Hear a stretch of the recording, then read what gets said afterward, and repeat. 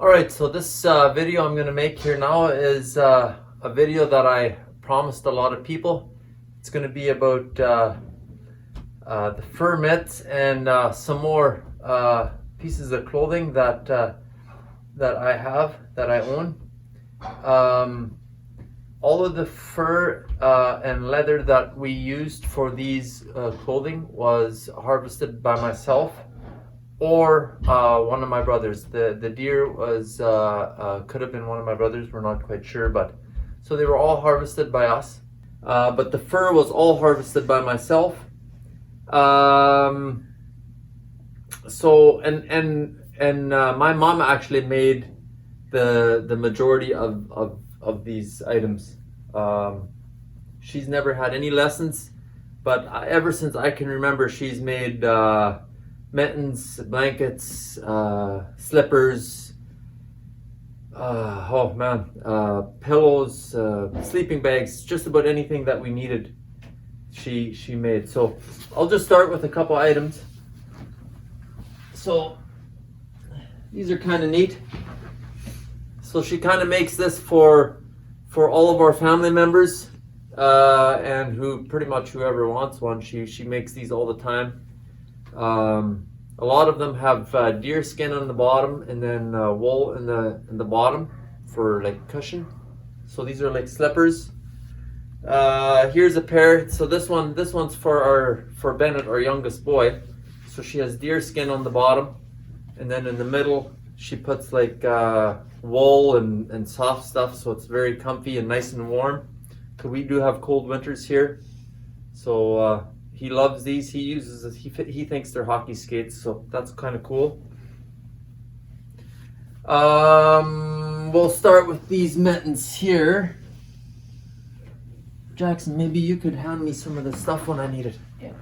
So these mittens here are from muskrats. These are not made by my mom.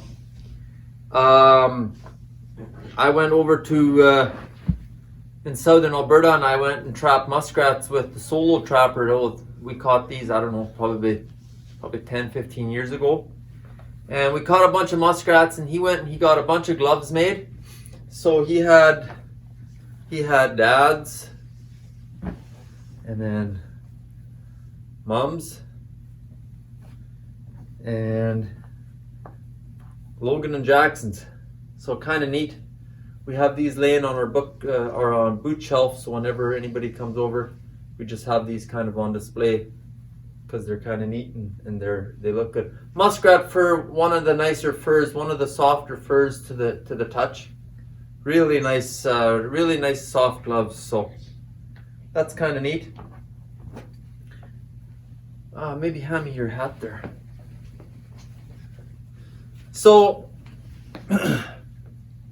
and this was also made by my mom. Now this isn't the first fur hat that she made. She made a couple, I think she made two before this. One was out of lynx fur for my dad. One problem with lynx fur is when you have it on, it doesn't really fit me, this one, but it hangs in your face a lot. Like lynx fur is long. So lynx fur is probably not your best bet to make a fur hat out of. This is red fox, really sharp. Very, very sharp looking fur hat. But even red fox, it does want to hang into your eyes a little bit, but they are incredibly warm. But all a guy would have to do is just trim this fur up.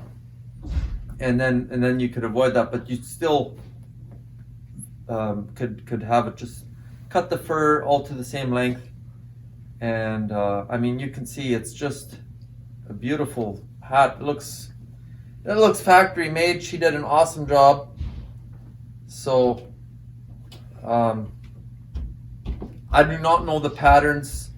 If you guys want patterns or you want more information on some of this clothing, I could ask her. She's not a YouTuber, but I could ask her to maybe sit down with one day with her if that's something you guys are really interested in. But okay, And then these gloves here were asked about quite a bit too. These are Caillou Gloves. I mean, I don't really know if I really need to say much about these gloves. They're just perfectly done. This is all deer skin on the inside.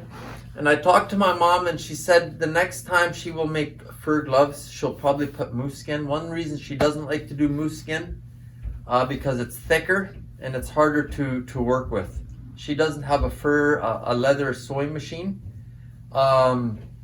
So it's really hard for her to work with. For moose, deer is thinner, much easier. And I mean, if these will ever wear through, just like my beaver gloves that I'm going to show you here a little bit later, you know, she can fix this. So these are Caillou gloves. And I mean, there's so many coyotes up around. If you're a trapper or a hunter and you shoot coyotes and you get them tanned, there's no reason to not have a pair of these. And you can see she puts fur up the thumb. A lot of fur mitts that I see just have fur in this area. They don't have it up the thumb, but I think it really adds to the character of the glove just to have that whole thumb covered. You can see this is a different piece of the coyote right here. I think she had a piece here, and then this. I think there were 3 different pieces of fur on this glove. But I think it kind of looks neat to have this a different color fur, and just beautiful gloves. Probably one of the prettiest pairs of gloves that she's made. Actually, hand me that satchel there. So this was I think a birthday gift For me. for Logan from his grandma one year. A little trapper's bag or hunter's bag. This is all hand stitched with leather. She hand stitched this with leather and just did an unbelievable job. We don't really use it because it's almost too nice to use. So Logan had it just hanging in his room for many years already, and it's almost too nice to use. She's got a pocket in the front, big pocket in the front, and then she lined this with plastic on the inside so it keeps its shape. So a cool item that she did an amazing job on, and maybe one year we'll use it. We'll see. Now that jacket. This jacket here, well, it smells like firewood.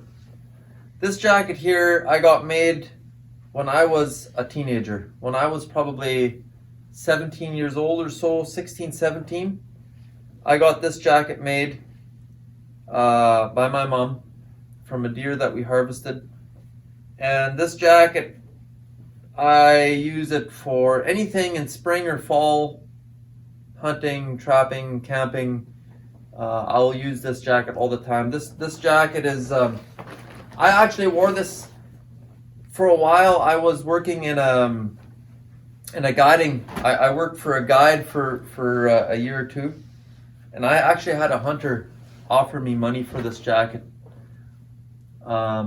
I won't say how much it was, but it was really hard to turn down. This jacket is so well made. He offered me a lot of money, and unfortunately I just had to say no, because I'll put it on for you guys.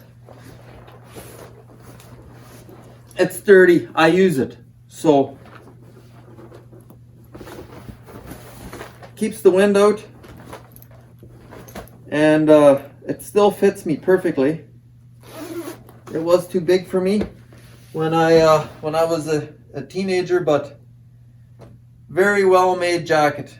And I've had, since she's made this jacket, I've gone, I don't know through how many pairs of bought jackets fall spring jackets I've gone through.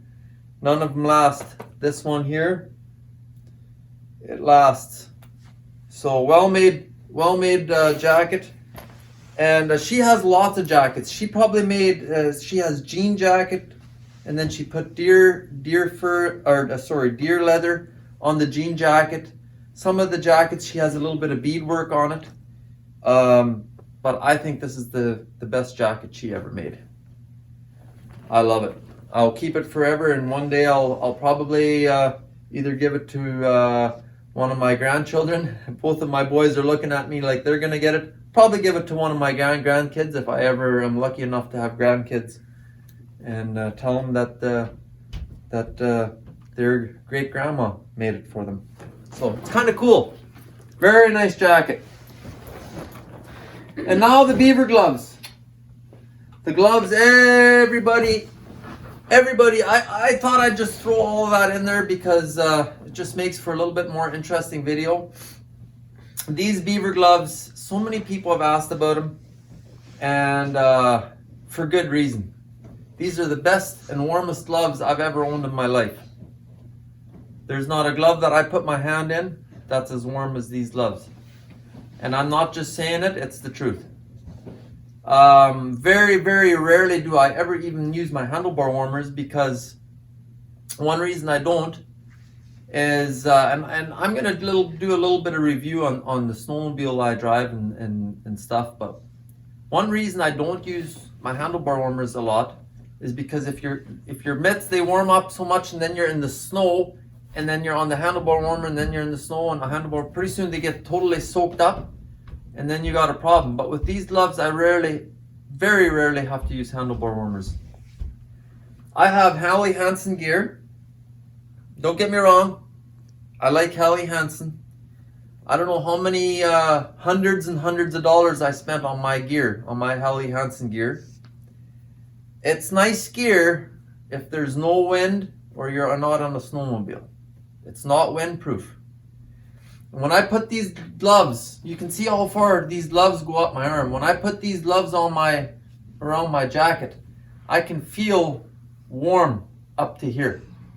Doesn't matter if it's -40, if I'm on a snowmobile, if it's windy, I can always feel it's warm up to here, and from here on it's cooled off.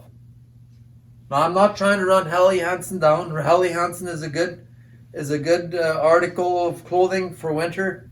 I do believe that they, should get stuff a little bit more that's maybe a little bit more windproof, but I know it's work gear. If you're working, Helly Hansen is the best stuff you can get, in my eyes. But for wind, it's not the greatest. But yeah, so she's got deer here on the mitten. She's got deer. And then I caught this beaver. This was a winter caught beaver. So it has all its under fur, and you can see some of the guard hairs. Can you see that, Jackson? Yeah. You can see some of the guard hairs here have come out already, but you can see all that under fur right there. Nothing comes through here. Absolutely nothing. No wind, nothing. And I wish people would catch on to this, because anybody that's had cold hands, for instance, if we're out and about, and Jackson usually goes with me, and if he all of a sudden says, my hands are cold, Dad, I'll just give him this. He'll slip his hand in here, and a couple minutes later his hand is warm. So I wish this would catch on, because I don't care what anybody says, I still believe the fur to be the warmest stuff that you can put anywhere on your body. It's warm and comfy and soft. If my face gets cold, I just go like this to get my face warm. What else about the mitts? If I had to do it all over again, if I would get her to these are made by my mom.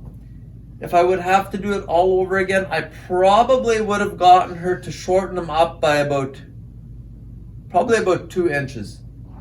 Because the only problem with these gloves is I have a big fat jacket on, and when I put these gloves on, a lot of times the glove wants to do this, because it's so long. I mean, if I want to, every time I can do this and it's nice, but you're on a trap line, you're off your snowmobile, on your snowmobile, bare hands gloves.